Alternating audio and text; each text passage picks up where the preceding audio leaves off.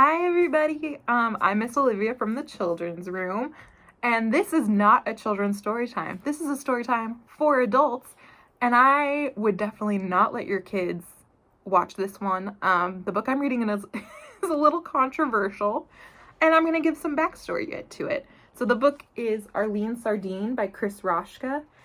If you know this book, then you know what's coming. If you don't, then you are in for a wild ride, my friends. A very wild ride. I was introduced to this book in grad school by someone who just was casually reading it to our class. And I could not stop thinking about it after my professor had read it. And so I bought a copy for myself. I bought other people copies for their birthday. It's just a wonderfully funny book. But it was widely hated when it was published. It was published in 1998. Chris Raschka is a very famous illustrator of picture books and author as well. And he had won awards at this point, and he won more awards after this book was published. So his career was not stalled by Arlene Sardine in the slightest. But when it was published, let's say that if Rotten Tomatoes was for books, it would have gotten like a 30% on Rotten Tomatoes. A lot of reviewers were mild about it because it was Chris Raschka. So they were like, to paraphrase, they said something like, I don't get it, but the illustrations are lovely. That was basically what a lot of them said. I have two that I'm going to read. One is from School Library Journal in 1998, and it says, making Arlene a Piscean personality whose fate may disturb listeners. Lacking the empowering message of the blushful hippopotamus and the color as music symbiosis of mysterious Thelonious, Arlene's saga, like sardines, is an acquired taste. So, a little mild, kind of biting, and then there's Booklist in 1998, and Booklist published a scathing one-page review of this book. They used words like horrifying and money-grabbing, and so this is just a paragraph from this review. Not every book by every author, even well-respected ones, can be a success. And certainly, to advance children's literature, chances need to be taken by writers, illustrators, and publishers. But this seems to us to be not an effort to try something new and different, but an attempt to can something, slap the Chris Raschka label on it, and hope it sells. We're here to say, buyer beware. So, they did not like the book. In fact, most people did not like this book, that it did not go into a second printing, as most of Chris Raschka's books do. It is very hard to come by copies. Most libraries do not own it anymore. And I bought mine from a used bookstore, and it's from Grand Rapids, Michigan Library. This is their copy that they discarded, and I have the library card that was in it, and the last time someone checked it out was 2004. So they got rid of it after 6 years. So, you are in for a grim surprise. I have to give a warning. It is not for the faint of vegans' hearts, this book. It is about sardines. I myself have been a vegetarian for 14 years, and I just pretend that none of this is real. That Chris Raschka made this up, and it's just a funny story. So pretend along with me if you want. So this is Arlene Sardine. Okay. So you want to be a sardine. I knew a little fish once who wanted to be a sardine.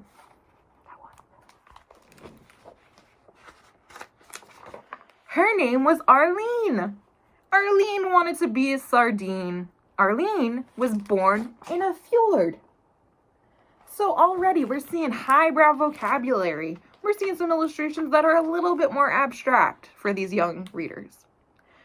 This Arlene was a kind of little fish called a bristling. She was a happy little bristling because she had about 100,000 friends. Now, you might be asking, what is a fjord? A fjord, all of my fish knowledge comes from Finding Nemo, so it's like a giant school of fish. And there's Arlene. I don't know where, oh, there she is. There's Arlene, kind of like a Where's Waldo.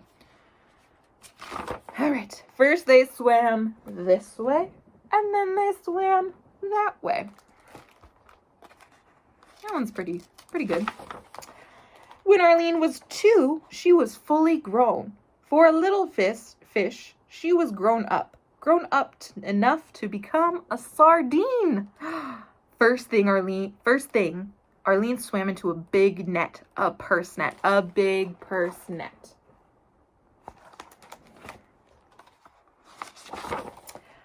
Arlene swam around the net for 3 days and 3 nights and did not eat anything, so her stomach would be empty. There is a word for this. The word is thronging. On the 3rd day, the net was lifted out of the water and emptied onto the deck of a fishing boat. There's all the fish. Here on the deck of the fishing boat, Arlene died. It's my favorite part. However, Arlene's story is not over because she was put on ice in a box with her friends. Oh, Arlene. Arlene sailed to the factory. Machines there, grading machines, sorted Arlene in between other fish her size. Arlene took a short, salty bath. Then she was smoked delicately. She was delicately smoked. Delicately smoked was she. I'll bet Arlene felt well rested on that conveyor belt.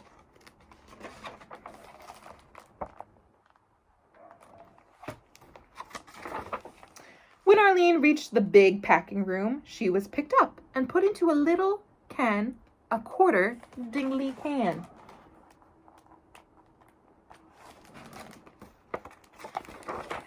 They were packed like sardines, which could be like this with 2 layers, or like this, cross-packed, or like this with just 1 layer.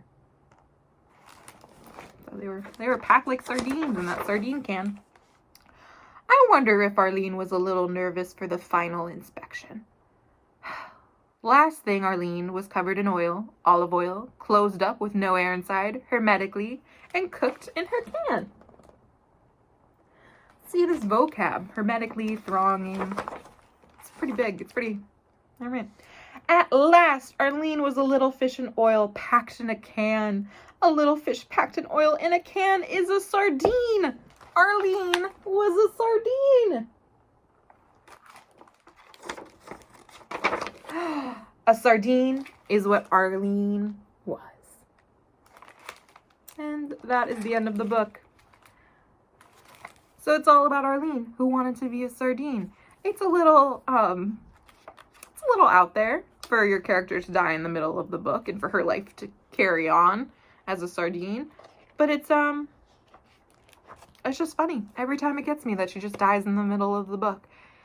And so I hope you enjoyed it. I hope you share it with others if it brought you joy. And I hope that one day all of our dreams can come true, just like Arlene's did. All right, thanks for watching. Have a good Friday.